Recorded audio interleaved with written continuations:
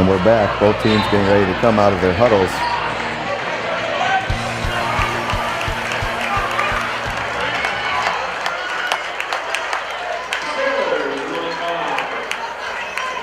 Smith to inbound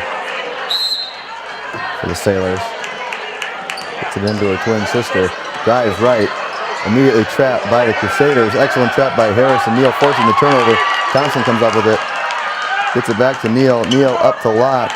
Locke wisely pulls the ball out. Draws the foul. She will go to the line for two with 15 seconds to play in the ball game. Excellent defensive stop by the Crusaders.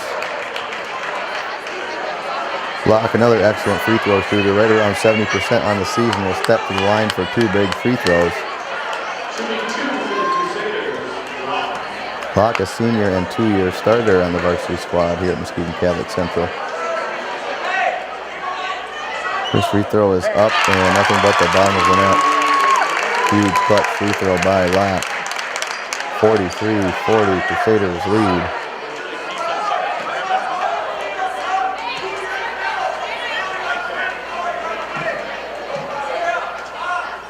Second free throw is up and long, rebounded by Walker.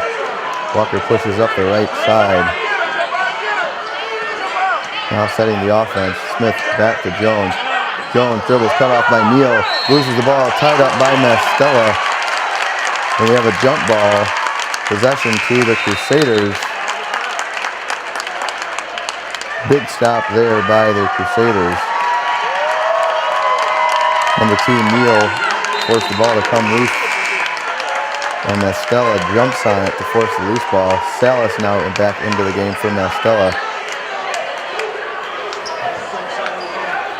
Block to inbound. Gets it into Salas. Salas is fouled in the backcourt. Salas, a 4-year starter on the varsity, a senior and another excellent free throw shooter. Again, at right around 70% on the season. 3.1 seconds to go on the clock. And I believe the officials are adding 1.4 to the clock to give it 4.5. With the Crusaders up 43-40. Salas to the line for two.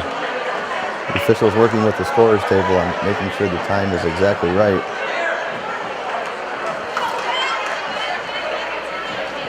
In big games like this with loud crowds, it is oftentimes difficult to hear the officials whistle, and thus at times the clock can sometimes get stopped a tad later than it should have. Appears to be the case here. The officials want 4.5 put back on the clock, and there we go, we're all set. Salas will step to the line for two. Crusaders lead 43-40. 4.5 left in the game. First free throw coming for Salas.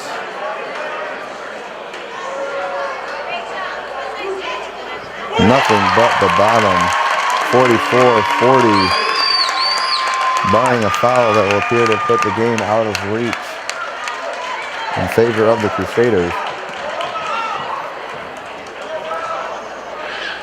Second free throw coming for Salas. Free throw is up and long. Walker down with the rebound, runs into her own teammate. Clock ticking down, pushes ahead. Desperate three-point shot is up off the glass and no good.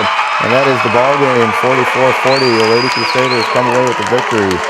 First victory for the Lady Crusaders since 1999 over the Mona Shores Sailors in girls basketball. The team shakes hands. An excellent, well-fought game tonight on both ends. A tough defensive matchup, a lot of turnovers, but that will happen. And you have two teams similarly matched that face up in a defensive battle. Nevertheless, an excellent game tonight. We thank you for joining us on DSE TV channel 96. We will see you on our next broadcast. Have a good night. Hi, Lady Crusaders basketball coach Eric Adams.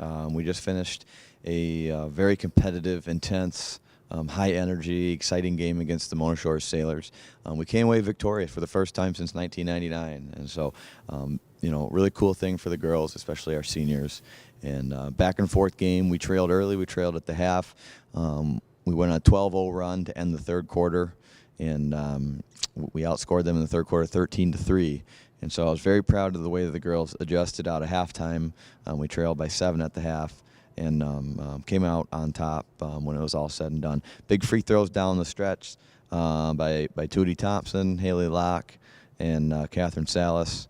We handled the ball well down the stretch after having 27 turnovers. Most of those came through the first 3.25 quarters. So we didn't force too many turnovers tonight. I think most Shores only had 14. A little disappointed in that. But our pressure, I think, wore them down over time mentally and paid off for us in the end. And so we were able to come away with the victory. Very pleased for the girls. We're currently sitting at 12-2. And we have a very tough game coming on Friday against a conference opponent, Grand Rapids Covenant Christian. And hopefully, we can fare well there too. But great effort by our girls tonight. Great energy, positive energy from everybody, even those that were on the bench at times. And, they really showed that they support one another tonight. And that's probably the thing that I'm most proud of and will continue to be the most proud of. So very pleased. And we're looking forward to Friday.